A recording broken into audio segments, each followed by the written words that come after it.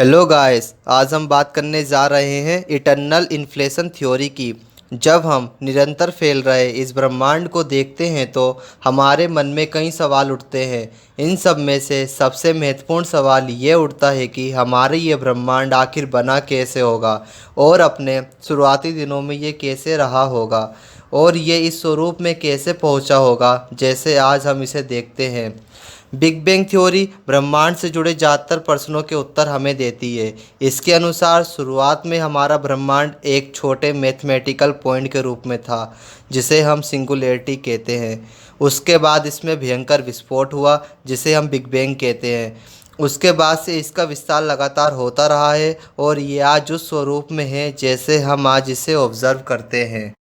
Big bang के बाद space का जो फैलाव शुरू हुआ उसे हम कॉस्मिक इन्फ्लेशन कहते हैं। ये पीरियड उस समय शुरू हुआ जब हमारा ब्रह्मांड केवल 10⁻⁻36 सेकंड पुराना था और ये उस समय ख़त्म हुआ जब हमारे ब्रह्मांड को जन्म लिए 10⁻32 सेकंड हुए थे।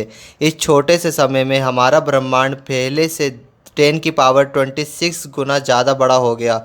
बिग बैंग साइंटिफिक कम्युनिटी में एक वाइडली एक्सेप्टेड थ्योरी है और ऐसा इसलिए भी है क्योंकि उस धमाके का after glow cosmic microwave background radiation के रूप में आज भी हमारे चारों तरफ मौजूद है, जो इस बात का सबूत है कि बिग बैंग सचमुच में हुआ था।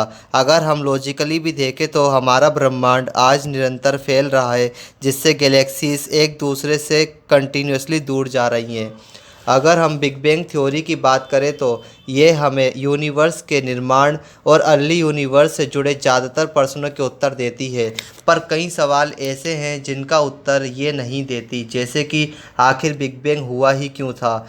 थ्योरी जिन सवालों का उत्तर एड्रेस नहीं करती है उन्हें एड्रेस करती है इन्फ्लेशन थ्योरी। ये थ्योरी सबसे पहले एलन गुथ के द्वारा दी गई थी, उसके बाद कई कॉस्मोलॉजिस्ट ने इसको डेवलप किया। एलन गुथ के अलावा जिन तीन कॉस्मोलॉजिस्ट ने इन्फ्लेशन थ्योरी को डेवलप करने में नाम कमाया वो आंद्रे लिंडे। इन्होंने अपनी एक अलग इन्फ्लेशन थ्योरी डेवलप की जिसका नाम है कायोटिक इन्फ्लेशन थ्योरी। सेकंड है पॉल स्टाइनहार्ट, पहले इंसान थे जिन्होंने इन्फ्लेशन की इटर्नल नेचर की बात की थी। और तीसरे कॉस्मोलॉजिस्ट थे अलेक्जेंडर वाइलेनकिंग ने। जो थ्योरी दी वो थी eternal to the past and future. जैसा कि मैंने बताया, आज हमारे बीच कई पॉपुलर इन्फ्लेशनरी थ्योरीज हैं जैसे old inflation, chaotic inflation, new inflation, sugar inflation, extended inflation, power law inflation and double inflation इत्यादि। पर इनमें से तीन थ्योरी ही सबसे ज़्यादा सक्सेसफुल हैं और वो हैं eternal inflation theory, second new inflation theory और कायोटिक इन्फ्लेशन थ्योरी। आज के इस एपिसोड में हम इटर्नल इन्फ्लेशन थ्योरी के बारे में जानेंगे। आज हम जानते हैं जिसे हम एम्प्टी स्पेस या वैक्यूम कहते हैं वो भी पूरी तरह एम्प्टी नहीं होता है। दरअसल ये वैक्यूम भी एक फिज़िकल ऑब्जेक्ट होता है जिसमें एनर्जी डेंसिटी तथा प्रेशर होता है और इसके डिफरेंट स्टेट भी हो सकते हैं। इन्फ्लेशन होता है ग्रेविटेशनल रिपल्सन के कारण जो पैदा होता है फोर्स वैक्यूम नाम के एक अनस्टेबल एंटिटी के नेगेटिव प्रेशर के कारण। फोर्स वैक्यूम के कंसेप्ट को समझने के लिए आपको ट्रू वैक्यूम और फोर्स वैक्यूम में अंतर पता होना चाहिए। इस ब्रह्मांड में जो कुछ भी अवेलेबल है उनका खुद का एनर्जी लेवल होता है। हायर एनर्जी लेवल का मतलब है उस पर्टिकुलर सिस्टम में ज़्यादा एनर्जी का होना और लोअर एनर्जी लेवल का मतलब है कम एनर्जी का होना। उदाहरण के लिए किसी भी चीज़ जिसे हम जला सकते हैं उसका एनर्जी लेवल हाई होता है, पर जब हम इसे जलाते हैं तो ये अपने मॉलिक्यूलर बॉन्ड में स्थित केमिकल एनर्जी को रिलीज़ करके हीट में बदल देती है और अंत में हमें राख मिलती है जिसका एनर्जी लेवल लो हो चुका होता है। इस यूनिवर्स में अलग अलग चीज़ों में डिफरेंट अमाउंट ऑफ एनर्जी है, पर सबके सब कंसेप्ट ऑफ स्टेबिलिटी को फॉलो करते हैं। इसका मतलब सारे ऑब्जेक्ट स्टेबल होना चाहते हैं और इसके लिए उन्हें लोअर एनर्जी लेवल प्राप्त करना होता है। ये रूल क्वांटम फील्ड पर भी लागू होता है। क्वांटम फील्ड से ही किसी पार्टिकल को प्रॉपर्टी मिलती है कि वो किस तरह बिहेव करेंगे। कुछ सर्कमस्टेंस में quantum field lower energy state में जाने के बजाय मेटा स्टेबल स्टेट में चले जाते हैं, जो एक लंबा अनस्टेबल पीरियड है। इस स्टेट में हिग्स फील्ड जैसे quantum field large amount of energy अपने अंदर समेटे रहते हैं। ऐसे फील्ड को हम फॉल्स वैक्यूम कहते हैं। यह अनस्टेबल होता है और एक्सट्रीम डेंसिटी के कारण ग्रेविटेशनल अट्रैक्टिव होने की बजाय यह फोर्स रिपल्सिव हो जाता है। फॉल्स वैक्यूम अपने आसपास के स्पेस को तेज़ी से फैलने के लिए मजबूर करता है। इसका फैलाव एक्सपोनेंशियल होता है और एनर्जी लॉस होने के कारण फॉल्स वैक्यूम रैंडम पैचेस में रैंडमली डिके होता है। रैंडम डिके होने के कारण ये पैचेस पहले के मुकाबले लोअर एनर्जी स्टेट में होते हैं। इनमें स्पेस के फैलने की गति लगातार धीरे होती जाती है। ये low vacuum energy regions microscopic bubble बनाते हैं और इन बबल का साइज़ प्लैंक साइज से हमारे मौजूदा ऑब्जर्वेबल यूनिवर्स तक हो जाता है। इस बबल का इंटीरियर एक नया लोकल बिग बैंग होता है और इस तरह के हर बबल में एक नए ब्रह्मांड का निर्माण होता है, यानी कि यह एक नहीं बल्कि कई ब्रह्मांडों को जन्म देता है, जिसे हम मल्टीवर्स भी कहते हैं। अगर कोई ऑब्जर्वर इन बबल के अंदर मौजूद हो तो उसे अपने आसपास का स्पेस फैलता नज़र आएगा, जैसा कि आज हमारा ब्रह्मांड हमें फैलता नज़र आ रहा है। अगर कोई ऑब्जर्वर इस बबल के बाहर हो तो उसे ये ब्लैक होल की तरह नज़र आएंगे, जो उसे रेडिएट होते दिखेंगे। जब जब बबल का निर्माण होगा, वहाँ मौजूद रीजन जो अभी तक डिके नहीं हुए हैं, रिपल्सिव ग्रेविटी के कारण फैलते रहेंगे।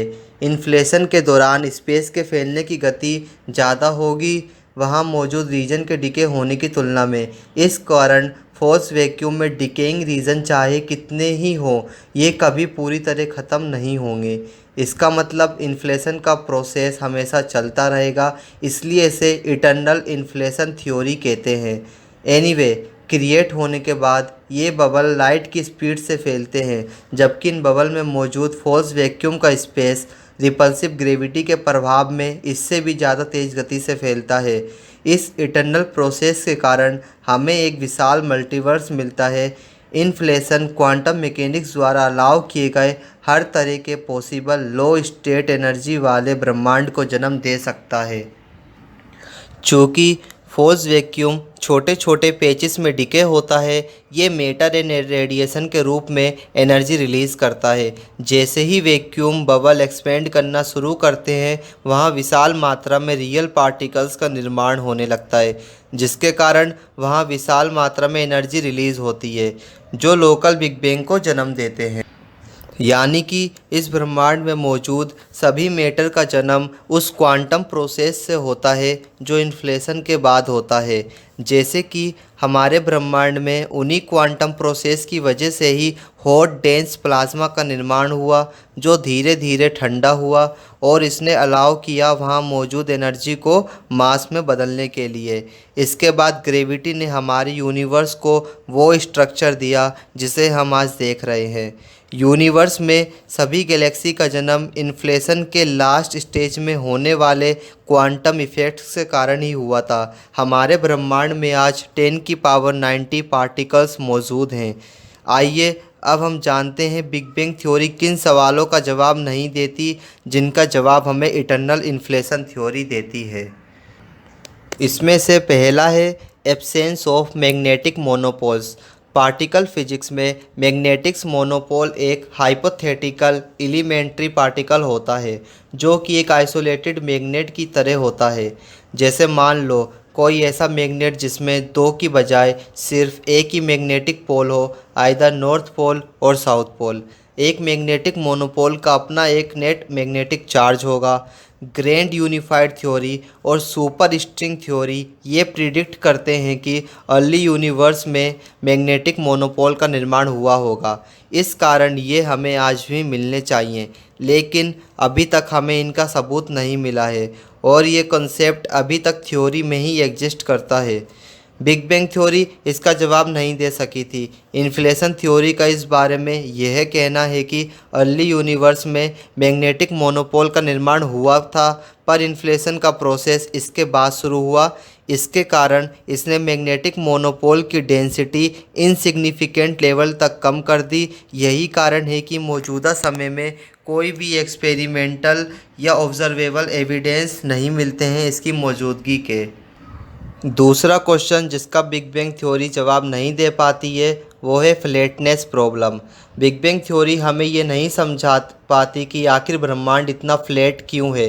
स्पेस की फ्लैटनेस को मापने के लिए एस्ट्रोफिजिसिस्ट ओमेगा नाम के एक पैरामीटर का यूज़ करते हैं जो बेसिकली रेशियो होता है यूनिवर्स की डेंसिटी और स्पेस के फैलाव को रोकने वाले क्रिटिकल वैल्यू का। अगर इस ओमेगा की वैल्यू 1 के अलावा कुछ भी हो तो इसका आकार आइदर क्लोज होगा जो अंत में कोलैप्स कर जाएगा या फिर पूरी तरह ओपन होगा जो हमेशा फैलता ही जाएगा। कैलकुलेट करने के बाद यूनिवर्स में ओमेगा की वैल्यू 1 आई, यानी हमारी यूनिवर्स पूरी तरह से फ्लैट है।